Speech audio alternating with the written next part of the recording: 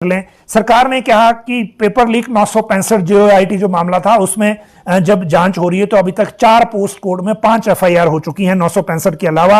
817 में भी एफआईआर हुई नहीं है, लेकिन 980 में हुई, 819 में हुई, 939 में हुई और 2 एफआईआर हुई है 965 में।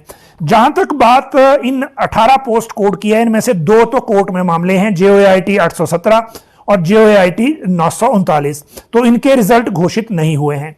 लेकिन चिंता की बात यह है कि 10 मामलों में रिजल्ट घोषित हो चुके हैं, जिसमें ट्रैफिक इंस्पेक्टर भी एक था जिसमें एफआईआर हो चुकी है। अब आप मानिए कि बाकी 9 पोस्ट कोड में भी लोग पेपर लीक होने के बाद, खरीद कर पेपर लेने के बाद नौकरी में लग गए हैं, और ये लोग कितने निकलेंगे अब ये जांच से पता लगेगा। और इनमें जो मामले हैं, देखिए, पोस्ट एलटी है, ट्रैफिक इंस्पेक्टर हैं, जेल वेलफेयर अफसर हैं, मार्केटिंग सुपरवाइजर हैं, ऑक्शन रिकॉर्डर हैं। उसके बाद जो अगला मामला है इसमें फायरमैन हैं, जेई मैकेनिकल हैं, टीजीटी नॉन मेडिकल हैं, जेओए अकाउंट्स हैं और जेई मैकेनिकल हैं। इन सारे मामलों में जब तक हम आगे नहीं बढ़ेंगे, कैसे बढ़ेंगे, क्या होगा, जिनमें रिजल्ट घोषित हो गया उनमें तो राज्य सरकार पेपर को भी कैंसिल करने की स्थिति में नहीं है। ऐसे में अगर इनमें पूरा नेटवर्क मिलता है तो कैसे आगे जाएंगे, बहुत सारे सवाल अभी आंसर करने को हैं। दूसरी बात यह कि जो टोटल 18 हैं, बाकी वो जानकारी आपको मिली गई है, उसमें तो आगे क्या जाएं। लेकिन जहां तक बात आगे भर्तियां कैसे होंगी, क्योंकि टीजीटी एलटी जेई ये भी एक जिसमें बहुत ज्यादा संख्या में लोगों ने पेपर दिए थे, वो भी इसमें शामिल हैं।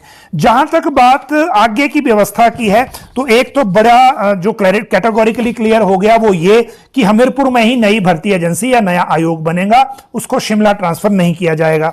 दूसरी बात यह कि 3 महीने में जो कमेटी, दीपक सानन वाली कमेटी है, वो 3 महीने उनको दिए गए हैं अपनी रिपोर्ट देने को, और उसके बाद जो नए सिरे से इसका गठन होगा और सरकार ये कोशिश करेगी कि पूरे ट्रांसपेरेंट मैनर में आगे सारी चीजें हो। जहां तक बात उन कर्मचारियों की है जो वहां पे हैं आयोग में, वो दूसरे विभागों में जाएंगे। नई भर्ती एजेंसी के लिए कर्मचारी स्टेट कैडर वाले नए सिरे से आएंगे, सेक्रेटरीट से भी भेजे जा सकते हैं। जहां तक बात, जब तक नई एजेंसी नहीं आती तब तक लोक सेवा आयोग सारी भर्तियां करेगा। जो लोग ओवर एज हो चुके हैं, जो पिछली जब इन्होंने आवेदन किया था वही एज आगे मानी जाएगी जो पब्लिक सर्विस कमीशन भर्तियां करेगा, तो उनको उसका नुकसान नहीं होगा, फीस भी नहीं लगेगी। तो ये सारी चीजें आज विधानसभा में कही है मुख्यमंत्री ने। साथ में घोषणा की है कि जो भी पेपर लीक में शामिल है, पेपर लीक में पकड़ा जाएगा, पेपर लीक में शामिल होगा, उसको नहीं छोड़ा जाएगा, और सरकार कैटेगोरिकली इसको क्लियर कर रही है।